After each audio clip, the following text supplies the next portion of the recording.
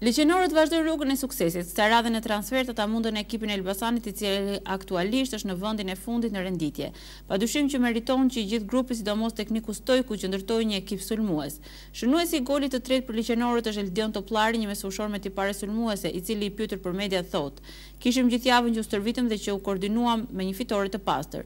Jemi në vit të fitores kur mbi të gjitha spikat fitoria me Elbasanin, një ekip me traditë, por që bëhen përpjekje për t'u larguar nga fundi tabelës. Shënuam 2 gola në pjesën e parë, duke siguruar fitoren edhe në të dytën, me golin e tretë vulosën përfundimisht rezultatin.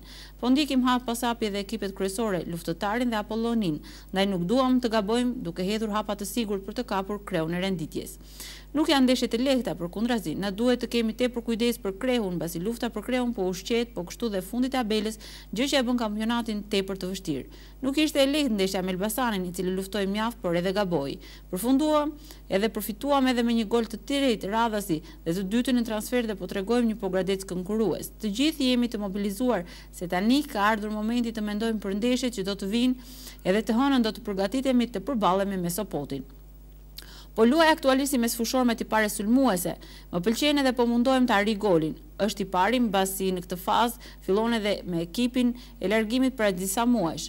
Më erdhi shumë keq për dënimin e kapitenit Pengu, por jam i sigurt që do të riaftësohet shumë shpejt. Lufta për vendin e parë më ka detyruar dhe tepër më ka disiplinuar ndaj udhëzimeve të trajnerit. Ka ardhur momenti të përfitojmë nga përballja mes njëri tjetrit ku kundërshtarët janë tanët. Përfundon kështu mesfushori Eldion Toplari.